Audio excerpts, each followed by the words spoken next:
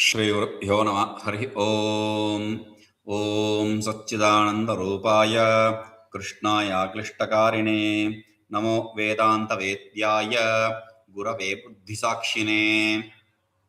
So until now we saw what is called as upodghata bhashya, purva pichika or upodghata bhashya, introductory commentary. Okay. Now, from here, we'll start the stotra, the real Vishnu Sahasranama. Till now, we have not started Vishnu Sahasranama. It is the previous portion of introductory portion of Vishnu Sahasranama. All the basic ideas why this Vishnu Sahasranama is. Okay. So, from here, it is called as stotra bhashya or nama bhashya. To be precise, it is nama bhashya. Okay. So from here it starts. Stotra bhashya or nama bhashya starts. Yataḥ sarvāṇi bhūtāni ityārabhya jagadutpattisthitilayakāraṇasya brahmaṇa ādau ādau ubhayavidhaṃ brahma viśvaśabdena uccyate. Yataḥ sarvāṇi bhūtāni ityārabhya. Yataḥ sarvāṇi bhūtāni. So from there, the 11th shloka of Vishnu Sahasranama here itself, which is based on yato va imani bhūtāni jayante yena jātāni jivanti yat prayantya viśvam vishanti tat vijikñāsasva tat brahmeti. That statement, based on that statement, yataḥ sarvāṇi bhūtāni. We explained that earlier. Okay. Now, ityārabhya. From there, jagadutpattisthitilayakāraṇasya brahmaṇa. The Brahman, which is the cause for the creation and sustenance, and the dissolution of the whole creation, jagat. Okay, that Brahman, ekadaivatatvenābhihitatvādādāvubhayavidhaṃ. That Brahman is established as ekadevata. Kasmai devāya viśvaṃ. With all those statements, we establish the Brahman is the only devata. When we say devata, it is Brahman. Okay. Now, iti ādau abhitatvat, since it is said devata is Brahman, therefore ubhayavidhaṃ brahma viśvaśabdena uccyate. Two types of Brahman is referred to with viśvaśabda. What? Two types of Brahman? Till now you have been telling that the Brahman is only one. There is no type there. Type is possible only in multiplicity. When there is no multiplicity, there is no type. And Brahman, you said two types of Brahman. Where can there be Brahman? Two types. The idea is saguna Brahma and nirguna Brahma. The attributed self or qualified self and the unattributed or unqualified self. That is what is two types of Brahman. Okay, the saguna Brahman and nirguna Brahman. This Bhagavan Bhashyakara is not introducing to you now. In the introductory commentary itself, he has already established if it is a masculine gender, you can accept it as Vishnu, the saguna Brahman. If it is a feminine gender, you can accept it as Devata, which can either be the cause for creation or it can be the feminine deities. And if it is a neuter gender, then it should be accepted as a Brahman, because Brahman is neutral gender. Okay.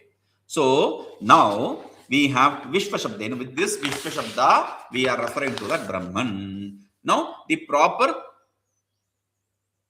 Vishnu Sahasranama starts here. Viśvaśabdena uccyate.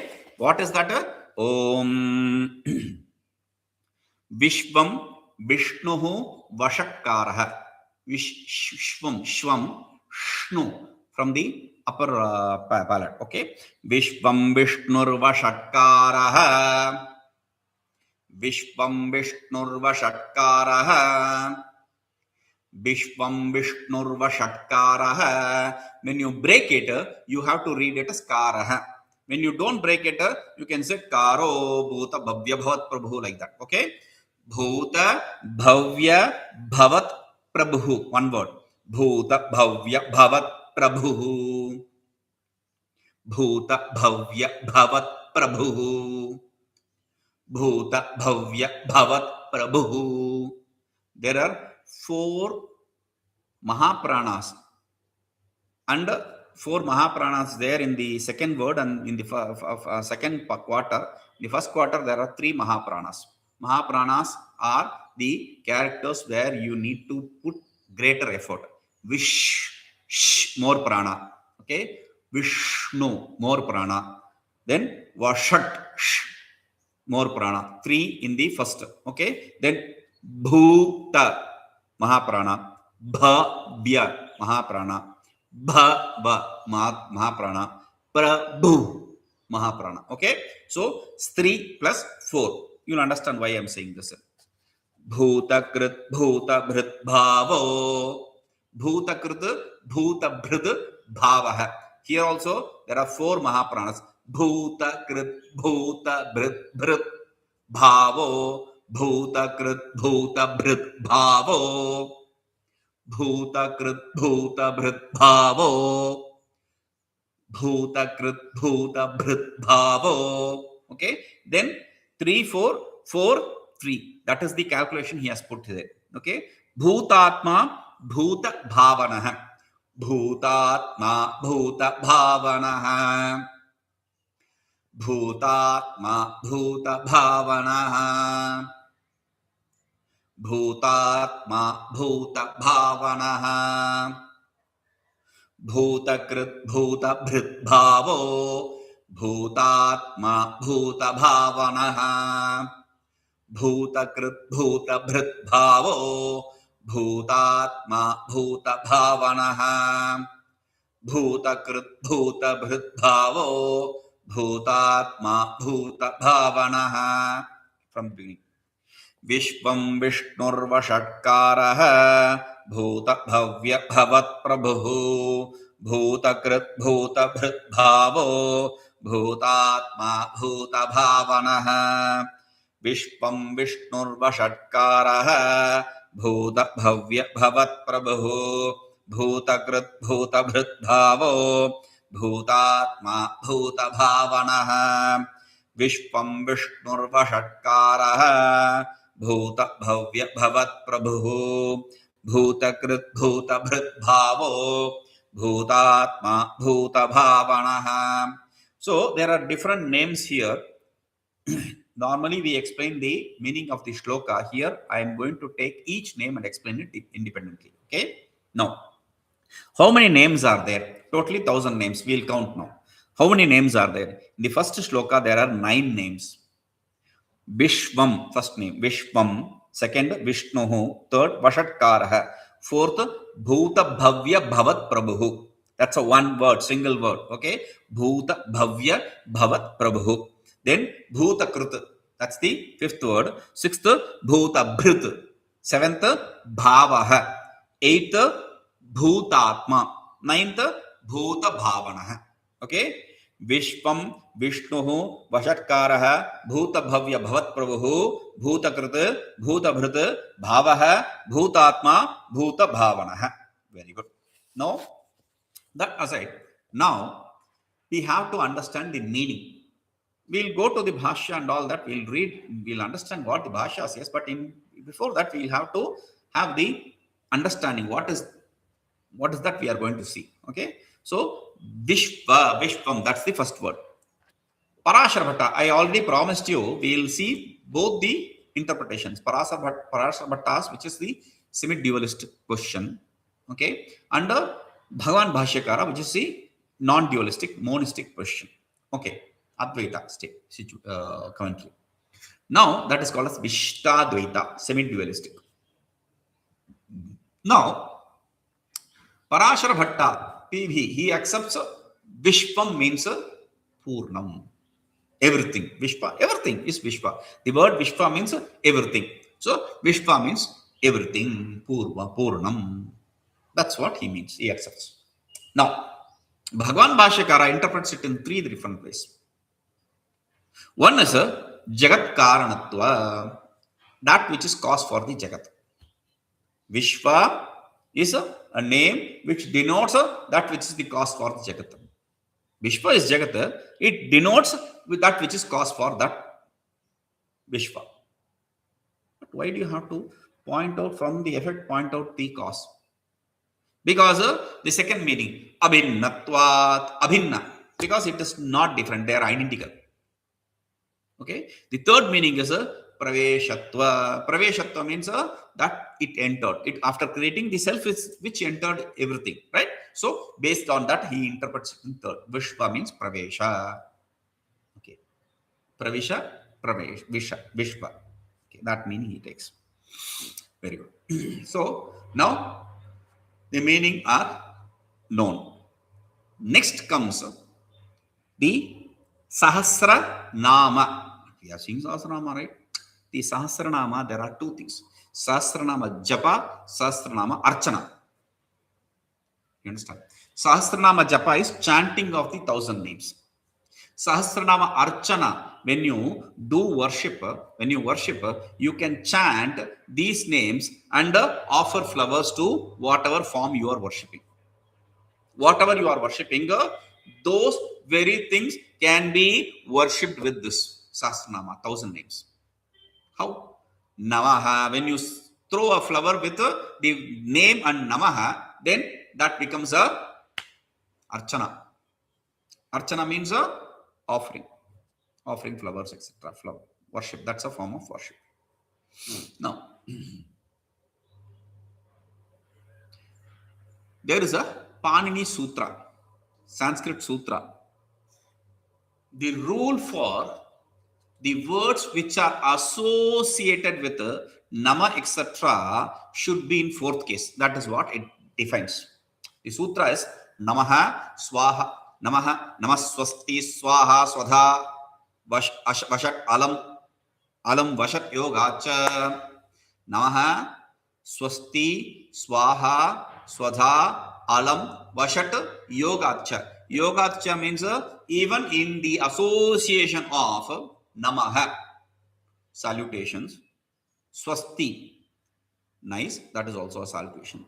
Swaha, this is offering to gods. When you offer something to gods, you say Swaha.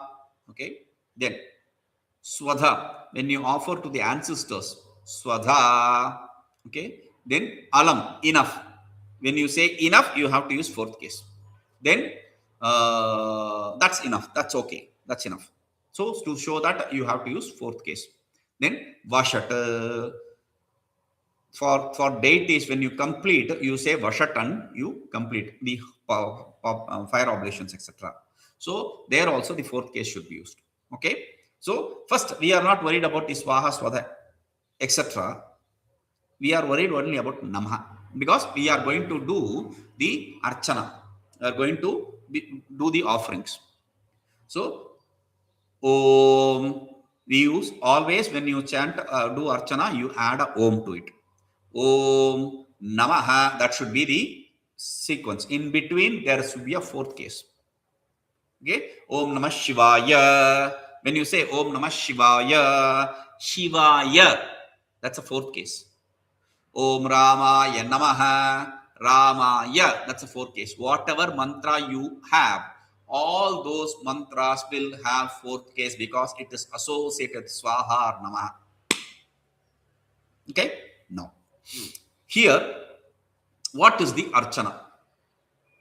Om Viśvaya Namaha. Simple. Om Viśvaya Namaha. That is the Archana. But Viśva is also in Sarvanama, pronoun. Okay. Viśva, Datara, Datama, Katara, Katama, etc. They are pronouns. Okay. So, Viśva, if you are going to decline in pronoun, then the fourth case will not be Viśvaya. For pronouns, they have a different forms of declension. So, for fourth case of Viśva, you will have viśvasmai. Okay. So, Om Viśvasmai Namaha. Both are correct. You can choose between Viśvaya Namaha or Viśvasmai Namaha. Om Viśvaya Namaha. Om Viśvasmai Namaha. Both are right. Okay. Now, that is the Archana of Sahasranama. Now, viśvam. What does viśva mean? Bhagavan Parashara Bhatta. What does he say? I already told you we are going to also see the commentary of Parashara Bhatta. When we do the commentary of Parashara Bhatta, we will be genuine to him and we will comment only what he says. We are not going to condemn there. If you are interested in the semi-dualistic question, you can just listen to that. But the thing is, when we are going to go to the non-dualistic question, then we are going to condemn that. There is no option other than condemning it. Because that is not what our question is. So, semi-dualistic question for people who want to understand this only from the standpoint of devotion. We are just going to present that. Again, I am not going to comment, explain everything what Parashar Bhatta has said, because that is not our job. For Vishishtadvaitis, whoever teach that, they can do that. We are not going to do it. But we are going to give you a gist of what is he saying regarding this. Okay. So, in the introduction, Atha Panchasiddhanta Nishtha Nirnayena Para Vyuha Vibhava Vishesheshu. No. Atha Pancharatra. Atha, he starts with Atha. Atha is a very beautiful word. Atha, hereafter. Okay. Atha also is a word which is accepted as an auspicious word. Okay. Omkara Atha Shabdascha. You can either use Omkara or Atha. Omkarascha Shabdascha. Ubhau Mangaliko Ubhau Kantham Bhitva Viniryanto Tasmat Mangaliko Ubhau Omkara Atha Shabdascha.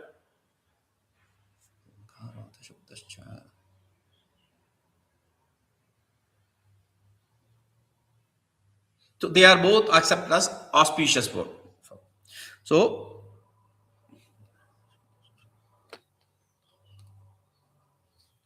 Omkarascha Shabdascha Brahmaṇah Pura Kantham Bhitva Viniryato Tasmat Mangaliko Ubhau. At the beginning, from the Brahman, it came from his throat, the throat of Brahman. Okay. Anyway, that is a different thing. Here he says para, vyuha, etc. Para, the supreme state, the transcendental state, which is the Vaikuntha, etc., is called as para by them. They accept different states. Para, vyuha means like the Kshirasagara, the Milky Ocean, that is called as vyuha. Okay. Then we have Vibhava. Vibhava means Vaibhava, the glory, the greatness. Greatness of Vishnu is all his incarnations, right from the fish incarnation, the fish form, till Rama, Krishna, etc. Whatever incarnations, they are all. Even us, they are Vibhava of Vishnu. Okay. But not directly for them, not directly, indirectly. Then we have Archa. Archa means the form which you have in temples or houses which are worshipped. That is called as Archa. Archavatara, they call it. Okay. That's called as Archa. Now, Antaryami, the fifth form of Vishnu, the expansion of Vishnu is Antaryami, as an indweller. He is existing in everyone. Okay. So, these 5 forms of Vishnu, which is established in Panchasiddhanta. Panchasiddhanta, the word Panchasiddhanta is another beautiful word. It starts with Panchasiddhanta, the 5 philosophies. It is not 5 philosophies. This is based on the 5 Pancharatra Tantra. There is a Tantra in Vaishnava Agama. That's the Tantra also. So, there it is called as Pancharatra Siddhanta. One school of thought which follows Pancharatra Siddhanta. In that Pancharatra Siddhanta, it is said, these 5 are said. This is Pancharatra. This worship of these 5. Okay. Now, here I am going to, he says, Vyakarana, Nirukta, Arsha, Nirvachana, Prasthanena, Namani, Niruchyante. I am going to explain the names based on Vyakarana, Sanskrit grammar, Nirukta, the etymology. Okay, from there the word came out. There is a text for that. Nirukta itself is a text. Okay. Then there is Arsha. Arsha means some names may be used in such a way and some names may be explained in etymologically explained in a different way. But the Arsha Prayoga, the sages, the Rishis Prayoga, they are different. Rishis interpret it in different way. Arsha means Rishi, from the Rishi. So, whatever came from Rishi, it's a different way of interpretation. So, based on that also, we are going to explain all the names, Vishva, etc. Okay. So, what does Viśva mean? Why does he start with Viśva instead of Vishnu? Vishnu Sahasranama should start with Vishnu, like Kena Upanishad starts with Kena. So, it should be Isha Upanishad starts with Isha. So, Vishnu Sahasranama should start with Vishnu, something like that. Right? Why Viśva? So, he says, Tatra Purvam Sarvatomukham Bhagavataha Purnatamaha. So, first, Bhagavan is everything. To establish that Bhagavan is all pervading and everything, he starts with the word Viśva. to show that Bhagavan is a absolute. Okay. Now, viśvam. Vishati avayavan ityartha. Viśvam. Where did the word come from? Vishati avayavan. Through his avayavas, through his limbs, he enters everything. That is why viśvam. Where did Vishnu enter in me? See, the thing is, the Purusha Sukta, which they accept as a very good pramana of Vishnu, it says, Pado asya vishva bhūtāni tripadasya divi. Pado asya sarva bhūtāni. All the beings exist in one quarter, and the rest 3 quarters is this absolute. That's what they accepted. So based on that 1 quarter is the existence. So everything is in him, of him, etc. Okay. So then the viśvaśabda has from a sutra called Unadi Sutra, leftover sutras, appended sutras. There is a sutra which adds a kwan pratyaya. From that, even Vedantis, others also accept the kwan pratyaya for viśva. That's the only form. Okay, so through kwan pratyaya, viśvam, viśvasabda become viśvam. Okay, vish plus kwan, kakara, nakara goes va, viśva, subutpati viśvam. Okay, that is the word. Very good. Now wait, I have a problem now. What's your problem? Whom are we talking about? Of course, Vishnu. Who is Vishnu? Lakshmi's wife, husband. Lakshmi's husband or wife? A husband. Who is this Lakshmi? Vishnu's wife. Vishnu is a man or a woman? What is this? Of course, he is a man, the only man. In fact, in Vrindavan, there is one sect which accepts only Krishna as the man. The rest, everyone, whatever you call as man, woman, eunuch, etc., they are all women.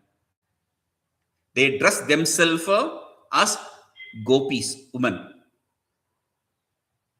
There is a sect.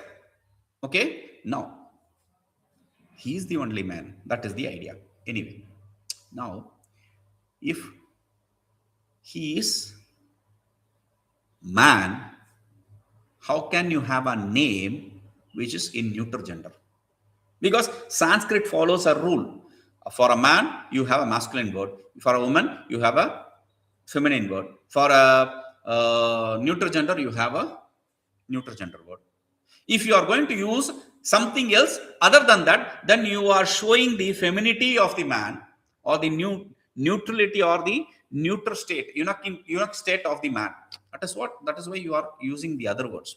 That's how normally it is. When you use a word which is not a feminine for a lady, then you are referring to something. When you are using a word which is not masculine for a man, then you are referring to something else. Okay. Now, therefore, when you use a word viśvam, a neuter gender for a man, is there a problem? So for that, first he says, tad ashishyam sanya brahmaṇatvad. He is bringing a Panini Sutra where he says that is not a rule. The words, the names need not be based on grammar. It needs to be based only on application, how it is used. Names are not based on grammar, because in India we have names like Ram, Raman, etc. Okay, Ram, Raman, they are all not Sanskrit grammatically correct. Grammatically, they are not correct. They are not perfect words. If you want to have Ram or Raman as the name, you have to say Ramaha. Ramaha is the perfect usage. But we don't do that. We give names as Raman, Ram, etc. So this is because in the world they are applied in such a way. They are used in such a way. So that is what is important. We are not worried about the grammatical rules. Okay? Because it's a name. Name don't follow the grammatical rules. Okay. Then, similarly, there is another issue. The others means the Advaitins. They accept the viśva, etc. word to refer to the cause. By that, they say like tattvamasi, etc., implies the identity of the individual self and the absolute self. Similarly, the Vishva, etc., establishes the identity of this with the absolute self. That is not right. According to Parashar Bhatta, that is not right. Why he says it is not right? Because for identity, there should be something called samānadhikaranya. It should be in same plane. Here, they don't have that. There is no samānadhikaranya. They don't exist in same plane. There is no coordination. Second, since they are all proper names, we already said they are all proper names. Since they are all proper names, they are independent. He clearly says, Sanyanam swatantriyena aikyaparatva avivakṣanāt. Since the names are independent, they are not establishing the identity. The tattvamasi, etc. is not right.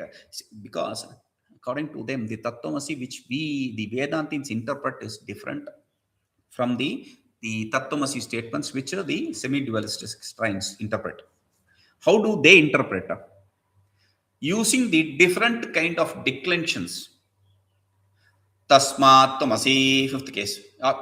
Tasmai tvamasi, you belong to that. For that. Okay, for that. Tasmat tvamasi, you are from that. Tasyat tvamasi, you are of that. Tasmin tvamasi, you are in that.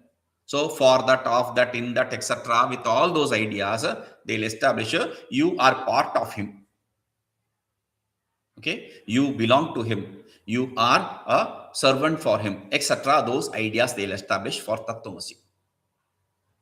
Which is, when Vedantis talk about tattvamasi, they say that is improper because tat, tvam, asi, etc., they are not interpreted in any other way when they are read in padbhashya, when they padapatha, when they break it, we don't break it as tasmat or tasmin.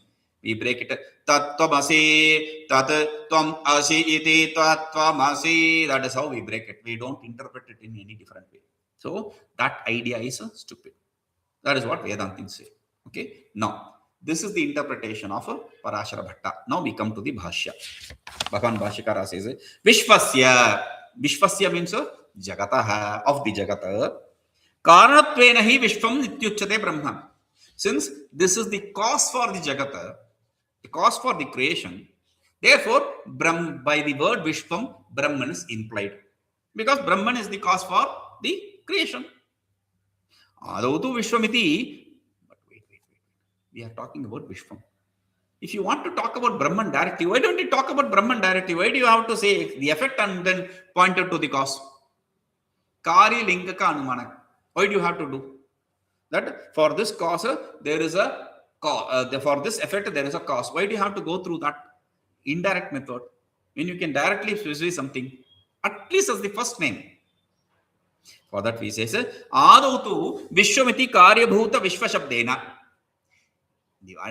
Because this is indirect, you are touching your nose, circumventing your head.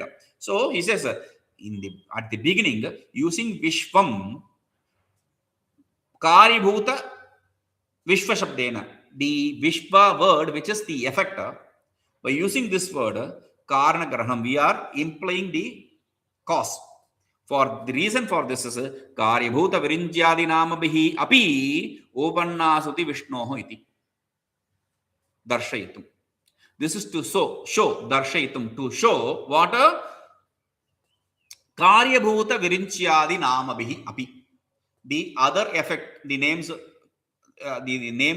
of other effects like virinci. Virinci means Brahma, the creator, Brahmaji. Okay, so virincyādi, Brahma, Viśnu, Shiva, you, me, everyone, whatever the pot, cloth, etc., whatever is the cause, whatever is the effect, the names of those effects also stutirviṣṇoriti, upapannā. They are also capable of praising the Vishnu. They are also the words for referring to Vishnu. This we said with reference to the Shiva Mahimna Stotra. The first stotra itself says, Mahimna Paramte Paramavidisho Yadvasadrishi. See, your greatness is, your glory is so great that I cannot, even the great rishis cannot even comprehend it.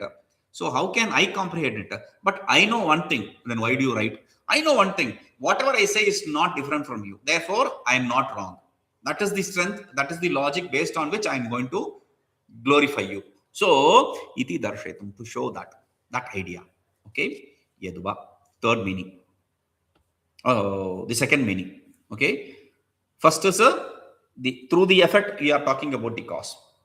Why? Because the cause has, the effect is not different from cause.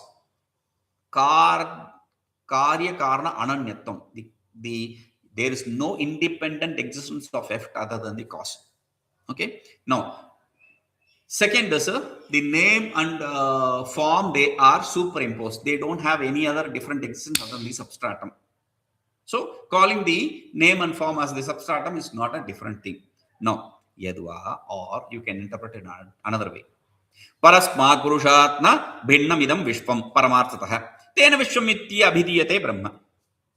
In reality, paramartatah, in reality, parasmāt purushat na viśvam bhinnam idam viśvam. This creation, this viśvam, this creation, idam viśvam, this creation is not different from the absolute self. Parasmāt purushat means the supreme self, the absolute self.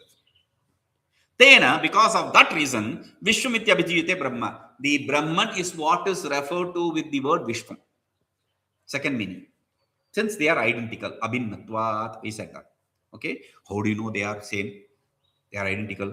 Brahma evedam viśvam, purusha evedam viśvam. Mundaka Upanishad very clearly says, Brahma evedam viśvam. This viśva, this creation is Brahman itself. Purusha evedam viśvam. This viśvam, this creation is a Purusha, the absolute self. Nothing but the absolute self. Not just that. Viśvameva idam, Yajñika Smriti also says, Viśvameva idam ityārabhya tadbinnam na kinchit paramartha sadasti. All these establish that there is nothing in reality different from that. There can be nothing to be called existence. Sat, existence different from the Brahman. In reality, nothing exists other than Brahman, which can be referred to as Sat.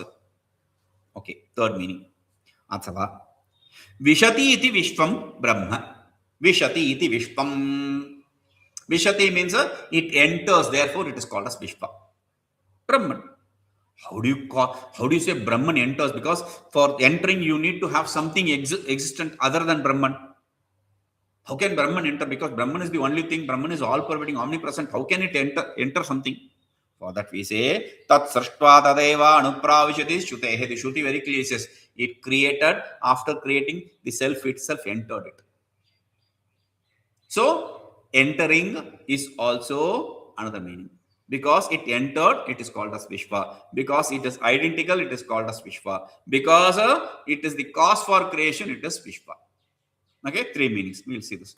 Om Purnamadah Purnamidam Purnat Purnamudachyate Purnasya Purnamadaya Purnameva Vashishyate. Om Shanti Shanti Shanti.